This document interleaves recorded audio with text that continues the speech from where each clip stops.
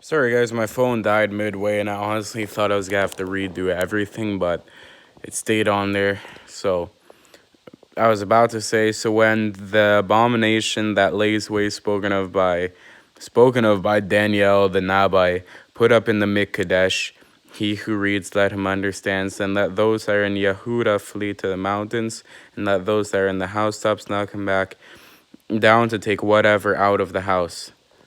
Now let me say this, guys. The Mikdash temple, which Yahuwah confirmed is not made with man's hands.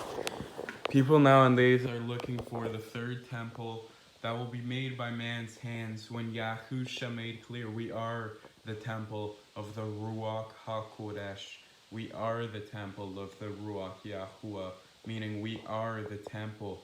So he spoke of a man who will sit in us, the temple, proclaiming to be Elohim. That was what was spoken of by Daniel. And that was one of the most major signs before his second coming. A lot of people won't understand what I mean by this. I'm gonna make a separate video after this, and I'm only gonna lightly touch on this in this video. But search up Chiaxai stigma, and you will realize how Jesus is the man who sits in you, us, the temple, proclaiming to be Elohim. He is the lawless one that did away with the law and preached to people that if you believe in him, this historical figure, that you will be saved from just by believing. It completely did away with the Torah, completely did away with the commandments of Yahuwah. I know it might sound ridiculous at first. You have to truly look into this and ask Yahuwah for the knowledge to understand this. He taught of lawlessness. He did away with the law when Yahusha, the true Hebrew Messiah, preached of the law. So please, brothers and sisters, understand the third temple is not where the anti-Mashiach will sit, because he's already sitting in the temple, which is us. The third temple made by the Jewish nowadays, it's not going to be ever made. You guys are never going to see that temple made. I suggest you watch Parable of the Vineyard to understand more, and the Anti-Mashiach Revealed video he has. He called it the Antichrist Revealed, but most people will get confused because they'll be like, how can Jesus Christ be the Antichrist? It's the anti-Messiah, guys. Christ, Christos, all those words, those are all pagan words. Jesus is the beast, and his image is the image of the beast. And in every painting of Jesus, there's an XSC symbol, which is a symbol for Chiaxai stigma, which in Revelation and Greek is the image of the beast, is the beast's symbol. That is the beast's symbol. And that's in every Jesus painting. He's the man who sits in the temple proclaiming to be Elohim, just like he warned would happen. He is the anti-Messiah that will one day be projected in this project that's called Blue Beam when they fake the rapture. They're going to project the image of Jesus, and they're going to, most people will bow down to that and say, look, there he is already, when many won't be deceived by what they're doing. Please, brothers and sisters, search up Project Blue Beam, search up Chiaxai stigma, which in pronunciation, Chiaxai stigma, know how you pronounce it? Chi-zis. Chi, not like J, it's Chi-zis, and that's how you say Chiaxai stigma in Greek. Yahusha is the true Messiah, guys. Jesus is the lawless one. You'll understand this more in a video I'll make about this, but it's as clear as can be, guys. It's as clear as can be. If you guys have Instagram, search up Modern Roots Ministry. He has a lot about how Jesus is the anti-Messiah. Search up, like I said, Parable of the Vineyard, and you will understand about this. It's all in plain sight, guys. Plain sight. And to continue on what I was saying before that, because I could go into that for so long, and pray that your flight does not take place in the winter or on the Sabbath. So pretty much he's saying after this is going to be his second coming, as close as it can be. For then there shall be great distress, such as has not been since the beginning of the world unto this time, no, nor that shall there ever be. Notice how he said, for there shall be great distress, such as has not been since the beginning. What happened in the beginning, guys? Noah's flood. Well, it's not Noah. He didn't cause the flood, but it was the flood, the great flood, which, if you guys read the book of Enoch, had poisonous waters that was made to destroy wicked spirits in that day and age. And if those days were not shortened, no flesh would be saved. But for the sake of the chosen ones, these days shall be shortened. He just confirmed right there we will be in the great tribulation, the great distress. He said it right there.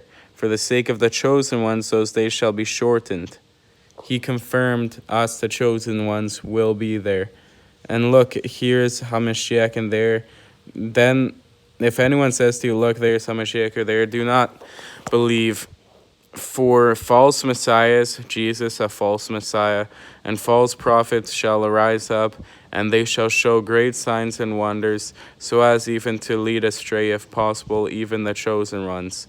See, I have forewarned you. So if they say to you, look, he is in the desert, do not go out. Look, he is in the inner rooms, do not believe. For as lightning comes from the east and shines to the west, so also shall it be at the coming of the Ben of Yahuwah. It says Ben of Adam, guys. No, it's not the Son of Man. It's not the Ben of Adam. He is the Ben of Yahuwah, and this is what almost every single translator gets wrong. It gets me mad sometimes, man. I don't get how they can say that. Adam was created by Yahuwah, so no, he wasn't the Ben of Adam. It's such ridiculous thinking. Even before that, it spoke of how he's the Ben of Elohim, Yahuwah, but only in certain passages they said Ben of Adam. It's ridiculous. For wherever the dead body is, there are the vultures gathered together. And immediately after the distress of those days, the sun shall be darkened, and the moon shall not give its light, and the stars shall fall from the Shemayim, and the powers of the Shemayim shall be shaken. And then the sign of the Ben of Yahuwah shall appear in the Shemayim, and then all the tribes of the earth shall mourn. They shall see the Ben of Yahuwah coming on the clouds of the Shemayim with power and much esteem. And he shall send his Malachim with a great sound of a trumpet, and they shall gather together his chosen ones from the four winds. Right there, he's confirming, guys. They will see the Ben of Yahuwah coming out of Shemayim, and then we are gathered together, guys, from one end of the Shemayim to the other. And learn this parable from the fig tree. When the branch has already become tender and puts forth leaves, you know that the summer is near. So also when you see all these, know that he is near and at the door. Truly I say to you, this generation shall by no means pass away until all this takes place. The Shemayim and the earth shall pass away, but my words by no means pass away. But concerning that day, no one knows, not even the Malachim of Shemayim, but my Father only. As the days of Noah were, so shall it be before the coming of the Son of Ben of Yahuwah. For in those days before the flood, they were eating, drinking, marrying, and giving in marriage until the day Noah entered into the ark, and they did not know until the flood came and took them all away. So shall it be at the coming of the Ben of Yahuwah. There shall be in the field, the one is taken and the one is left. Two shall be grinding at the mill, and one is taken and the other one is left. Watch therefore, for you do not know what hour Yahuwah is coming. And know this, if the master of the house would have known the hour of when the thief would have come, he would have watched and not allowed the house to be broken into. So then he went on to a parable about that, and its meaning, guys, just like about the parable of the false maidens, the 5 virgins, it's all about being filled with the Ruach HaKodesh and keeping his commandments. That is what it means to be watching for his coming. Because after this, he went on saying that there's that wicked servant who says that he's delaying his coming, so then he goes to be drinking with the drunkards, which is pretty much saying going back to sin, doing what he wants to do. And then Yahusha comes at an hour where he didn't expect it, so then he's taken away, and there will be weeping, garnishing of teeth. The weeping garnishing of teeth is mainly because there was people who knew it was coming, but they thought, oh, we still have time, all of this, so they decided to go back into the world. And then once he did come, they realized their mistakes, and that's why there's weeping garnishing of teeth, because they're weeping for him and weeping for the chance to still be saved, and garnishing at their teeth, meaning feeling the pain of how it feels to be separated from the one who created you, and being separated knowing that you would have been saved if you just wouldn't have went back into the world. But basically here, guys, if you guys understand this verse, he confirmed, he that, well, let's just say, he that have an ear, let him hear, let you understand what it was said here. He clearly said that we're gathered together once he returns. Ladies and gentlemen, he made this as clear as it can be. We go at the second coming. In my dreams, I know the dreams, I know what I felt in those dreams of going up. It doesn't mean that we go before. No eye has seen Elohim at any time, and no eye has seen what he has prepared for us. So of course I'm not going to see Elohim in these dreams, but I felt the feeling of going up, which we will feel at the second coming, as it says right here. And he shall send his malachim with a great sound of a trumpet, and they shall gather together chosen ones from the four winds. We will be gathered up together, all of us, brothers and sisters, to be with Yahusha forever.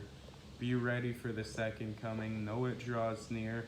He is not delaying his coming. It's as he said, everything that he said would come to pass needs to come to pass, and it is coming to pass.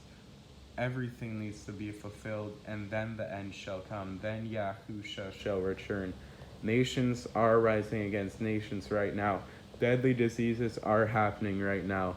Signs in the sun and the moon and the stars, and the nation and society with perplexity because of the seas and the waves warring. This is all happening right now. He warned of all of this. He warned of every single thing that's happening now. There's a rise of witchcraft in this day and age. There's a rise of people thinking that they're above anything that's called Elohim. These are the false messiahs, false Mashiachs, false prophets spoken of. I love you, brothers and sisters, always. Please read the Kodesh scriptures. I do read the Kodesh scriptures a lot, but I too am guilty of some days doing what is not needed instead of reading the Kodesh scriptures, meaning I go to do something else which I don't really even need to do instead of reading. I'm guilty of that, and that's why I need to improve on those things. But I do usually, I don't know if you guys are like this too, but I usually watch other people and how they are explaining like the Kodesh scriptures as they're reading, and it's usually scriptures that I don't have.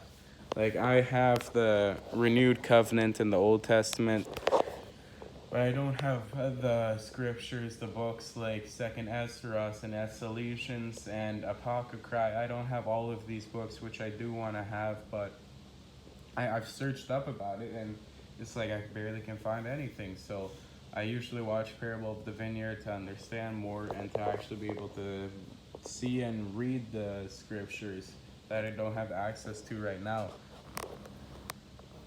But yes, brothers and sisters, I understand some of you might still not be in understanding about the anti-Messiah. Again, I will have a video on this, guys. I love you all. Always keep the 10 commandments. Keep the commandments of unclean and clean foods. Don't be eating bacon, guys. I quit all of that after I realized how unclean those foods are. And I know people are going to say, well, he said, for whatsoever defiles a man, for whatsoever from the outside cannot defile a man. He said that after the Yehudim, which is Jewish, what they were called, he said that to them after they said how they always wash their hands and all of this, but they're keeping a man's tradition.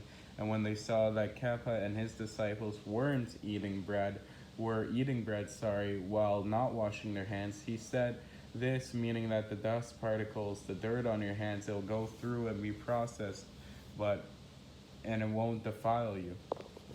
It wasn't talking about you can go and destroy his laws that he set put. Yahuwah does not change. Yahusha HaMashiach is the same today, tomorrow, and forever. So is his law. He doesn't just do away with something.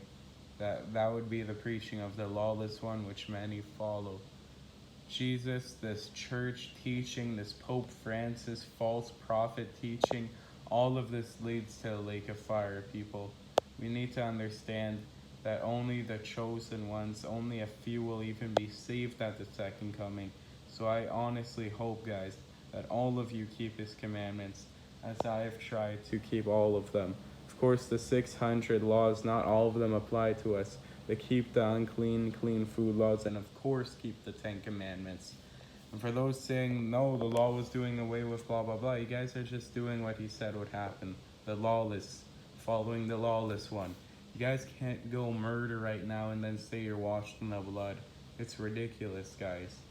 People like that, please wake up and realize how the penalty of sin is doom. Sin is transgression against the law. To every person, Yahusha said, go and sin no more. I love you, brothers and sisters.